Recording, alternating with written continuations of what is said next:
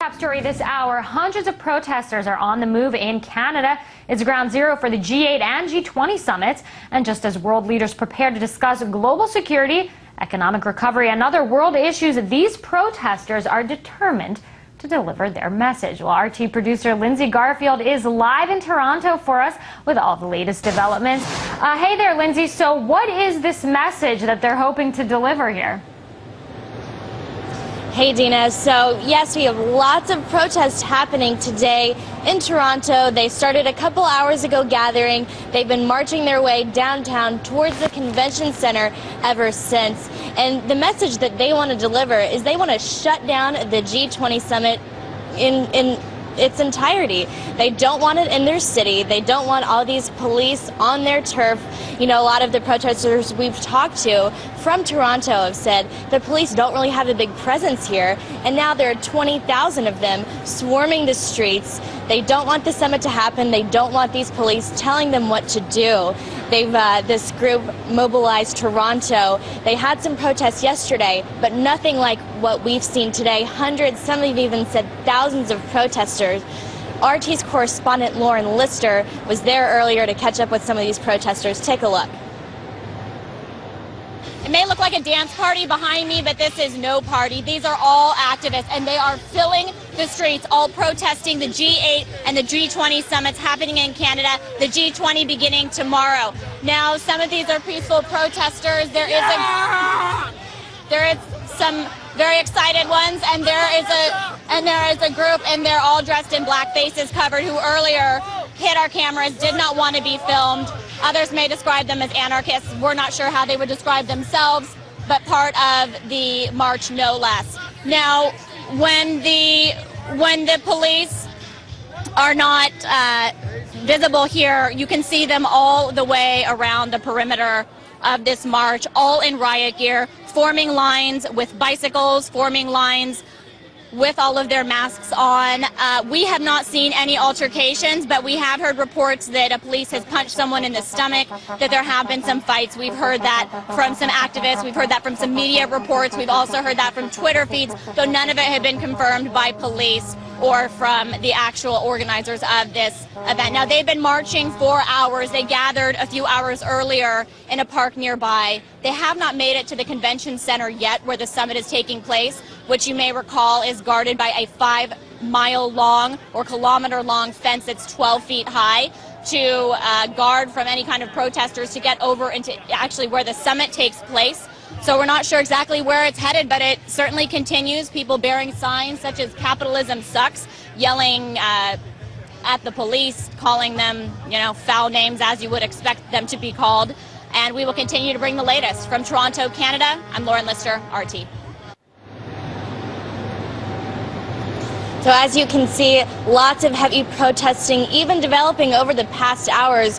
We saw a couple earlier, and it's really just exploded. A lot of people gathering downtown. They don't want the summit to happen. And actually later, after this, we're going to downtown, where they've reportedly been setting up a tent city. All the protesters are setting up tents, and they're camping out outside the convention center, which is just a couple miles from where we are now in the press center. Lindsay, where are you in relation to where Lauren was, where we just saw her with that report? I'm in the press center right now, which is just a couple of miles south from where the protests are happening. They started up a little bit north, and they've been winding their way south down towards the convention center.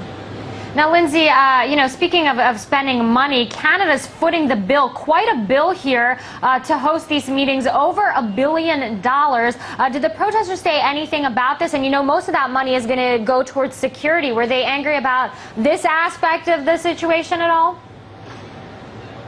Absolutely. They don't like the spending for the summits. They're from Toronto. They're the taxpayers. They're the ones footing the bill for these summits, for the security, for the police that are coming to shut them down. So they're really not happy about all the spending. As you saw in the story, there were signs saying "Capitalism sucks."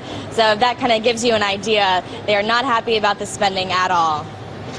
Now, Lindsay, you're at the media center right now. We see all those journalists sort of scrambling behind you. What are some of the most important issues to those journalists? What do they want to know from their leaders? Because you have every country from Dubai or the United Arab Emirates to Japan over there. You mentioned that you were sitting in the sort of international edit station where you had all these different journalists from all these different countries around you. What is the sentiment like when you talk to them?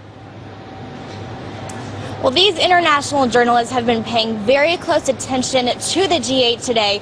I'm not sure if you can see these screens up behind me, but they've had a live feed from Muskoka, where the G8 is taking place. They're all paying attention for the countries that do have their world leaders participating. They're watching closely to what they're saying, to their bilateral meetings. They're, just waiting to see what's going to develop from these. What I've heard from a lot of these journalists, which is pretty interesting, is that, we have the G8 starting today, and it's only 8 countries.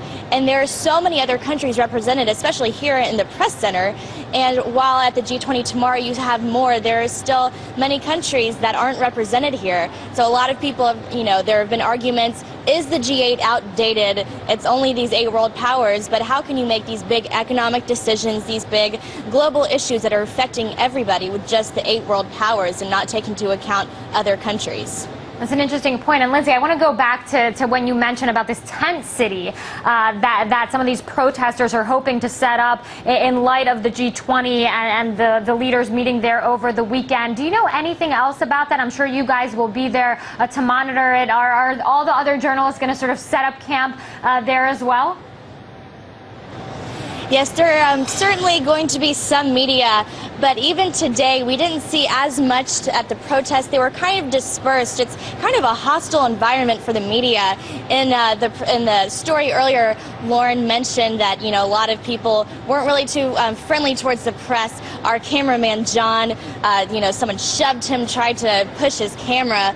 So, it's kind of a dangerous environment for lots of the press. So I think you'll see some venturing out there, but some are going to try and stay back here, keep a close eye on the G8 and the G20, which is starting tomorrow.